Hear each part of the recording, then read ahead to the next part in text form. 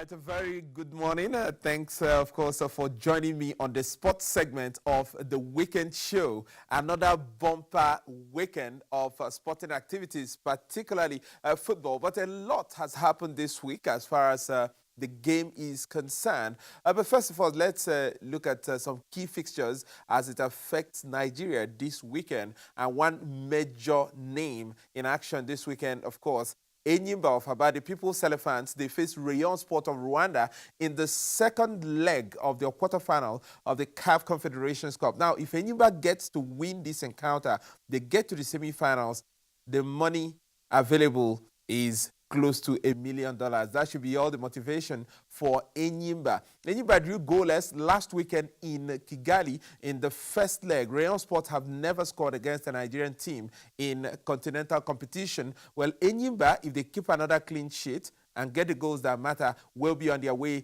to the CAF Confederations Cup semi-final. But Enyimba have to be very, very careful indeed because everyone knows it's down to 180 minutes. 90 years turned out right for the Nigerian outfit, but they have to do this 90 at home at their newly refurbished stadium in Aba, and they've got to get the goals. Enyimba have been very good defensively since this competition started, but they've been found wanting up front in attack. In 6 matches in the group stages, Enyimba just scored only 5 goals. They kept 4 clean sheets, but when they concede, they do concede a lot, losing 3-0 and 2-0, but they were only able to win 1 game by more than a goal. That's something the coach has to work on seriously for Sunday. But Enyimba is not the only team in action alongside the Rayon Sport. Of course, there are other quarterfinal second leg ties holding as far as the CAF Confederations Cup is concerned. AS Vita Club of Democratic Republic of Congo, they hold a 3-1 advantage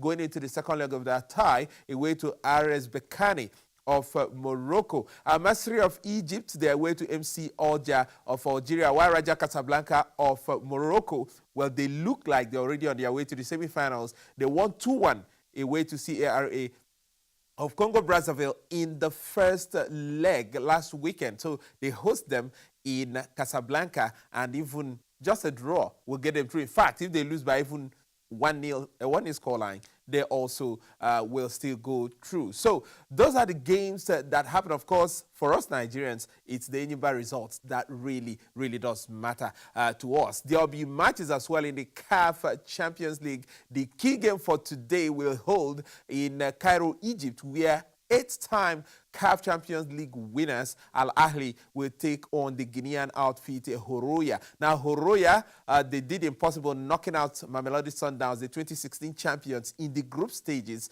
and they drew goalless in the first leg. So that looks like Al Ahly, our favorites, of course, to go through. Bolaji Shaki, a Nigerian player, is one of the forward men for Horoya. So Nigerian interest is there as well. And looking at the other matches in the CAF Champions League second leg quarterfinals, there's an all-Tunisian affair. Of course, Esperance taking on their countrymen, and that's Etoile du Sahel. But one major upset yesterday. Primeiro de Agosto of Angola, unheralded before the start of the tournament, they've knocked out 5-time champions TP Mazembe of the Democratic Republic of Congo. It was goalless last weekend when both teams met in Luanda, and all the analysts, all the bookmakers gave a landslide second leg win to TP Mazembe. But the second leg finished in a 1-1 draw, and Primeiro de Agosto advanced on away goes through. 1-1 over the 2 legs, but they are the team that go through. And in the Champions League, the money is even bigger.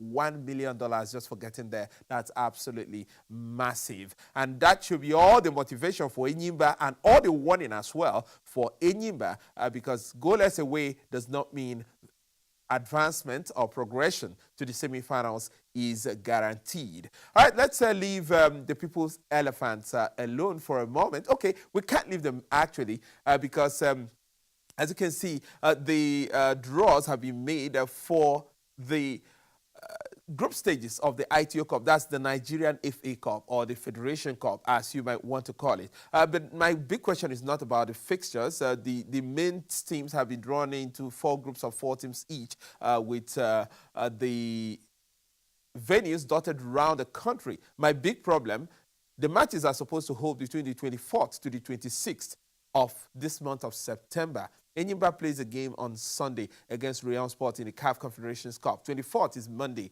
How do they make it all the way to Gombe to take part in their matches? So the NFF needing to re-strategize. They need to look at how to work around the fixtures that they have tried to put out, because it really looks like an impossible task for Enyimba to play in Aba on Sunday and be in Gombe to play a game on Monday. They have to find a way around this conundrum. And talking about the NFF, Amaju Pinnick has been re-elected to a new 4-year term as the helmsman of Nigerian football. But Pinnick's first 4 years were dogged by all sorts of controversy because Ambassador Chris Giwa, the man who won another election held 4 years ago and who went to court getting the courts to nullify the election that brought Amaju Pinnick, well, he gave all sorts of trouble. In fact, he says he still has got the mandate because Nigeria's Supreme Court actually appeared to rule in his favor.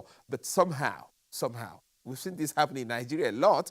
We don't know. The government came out on the side of Pinnick, ostensibly to avoid a FIFA ban. I don't know if that's the right thing. We understood the courts also did say this election in Katsina, I heard in Katsina a couple of days ago, it shouldn't have held, but somehow the election held. CAF observed it, FIFA observed it, and everybody said it was well done. Well, everybody in the last board, basically everybody, almost everybody, was re-elected to a second 4-year term. I have had some people refer to that as a photocopy. Well, I don't know, but it did seem that all the delegates expected were there, and it did seem the right things were done. But a whole lot of people, it has to be said, are also dissatisfied with the fact that the elections went ahead despite all the legal things not being sorted out. The sports minister, who should have declared the event open, apparently was not there because he said he does not recognize the election because the court rulings have not been obeyed. Is the minister right or wrong? Well, when you're talking about the laws of the land, usually you want to say when the courts say do this, you do it if you do not want trouble. But it does seem here there's a way of not doing what the court says and you still don't have trouble. We'll see how this pans out. We wish Amaju Pinnick the best for the next 4 years, hoping that everyone accepts him as the president. Some say he's not done well. Well, you can decide. For the first time in recent times, in the 4-year history of an NFF regime, Nigeria failed to qualify for the Senior African Nations Cup. That's never happened before. Nigerians are hoping, obviously, that that will change from this next dispensation. Leaving Nigeria, now let's talk about something that did happen last weekend and earlier this week. The UEFA Champions League returned in a blaze of goals. It was actually wonderful watching some of the biggest stars at the last World Cup take to the pitch to fight for Europe's top club trophy. But we did just take 2 goals that did look absolutely fantastic watching them. Shakhtar Donetsk, they hosted German debutants Hoffenheim at their Donbass Arena. Now the game finished in a 2-2 draw. And they had to come back twice, the home team Shakhtar, with all their experience. But it wasn't about the result. It was about the second goal, the quality of the strike that led to their second goal. And the goal of the week is actually, a segment we'll be running right here on the sports segment, showing you the best goals scored each week from different parts of the world. So we shortlist 3, and then I run through it and let you know the best goal for the week. So Shakhtar Donetsk's second goal against Hoffenheim, absolutely fantastic. Vuelve a jugar el Shakhtar. Atención que puede probar Michael. Cierto es, pero solamente una genialidad podía permitirle. And it was only better, if you ask me, by what Lionel Messi had to produce from 25 yards in Barcelona's 4-0 win against PSV Eindhoven at the Nou Camp.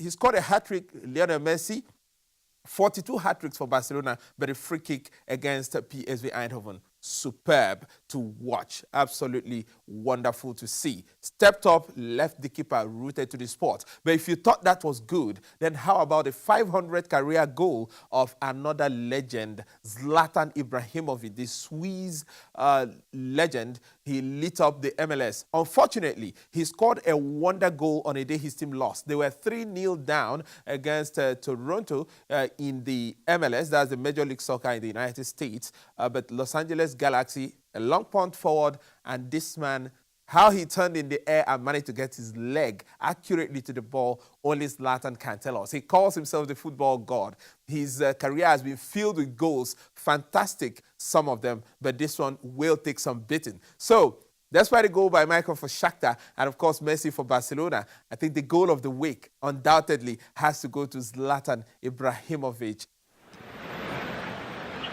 Here's Dos Santos. Lifts it into the area. Ibra scores! That is number 500! Oh, my Lord. Unbelievable. Look at this. Just a little spin move. With that goal against Toronto, it was out of this world. And making mention of the Champions League, one issue has dominated the week.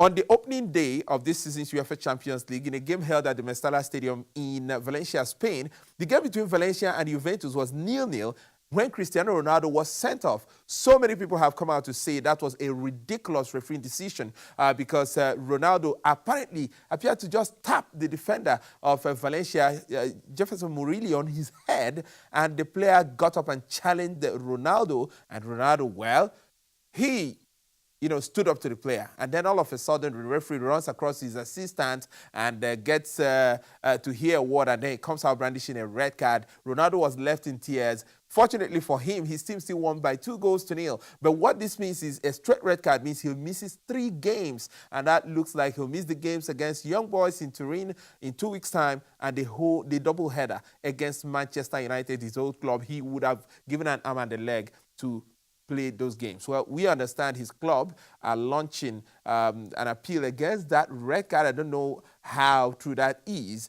but a whole lot of people who've watched said that was the wrong decision by the official. But some have said that was the right decision. Well, you decide for yourself. Was that the right decision or the wrong decision by the official? So Ronaldo splitting, of course, opinion already just in the first game, this time not for scoring goals. He would have loved to get a couple, considering Messi got a treble, but Ronaldo was sent off and left the pitch in tears. It seems whatever he does, the World Footballer of the Year is always in the news. All right, that's basically all the time we've got on this edition of Sports on the Weekend Show. We have a lot more for you next week. For this weekend, don't forget, support Enyimba to get to the CAF Confederations Cup semi-final. I am Kelechi Onwudiwe, and I'm wishing you the best for the weekend. The rest of the show is just round the corner. Bye-bye.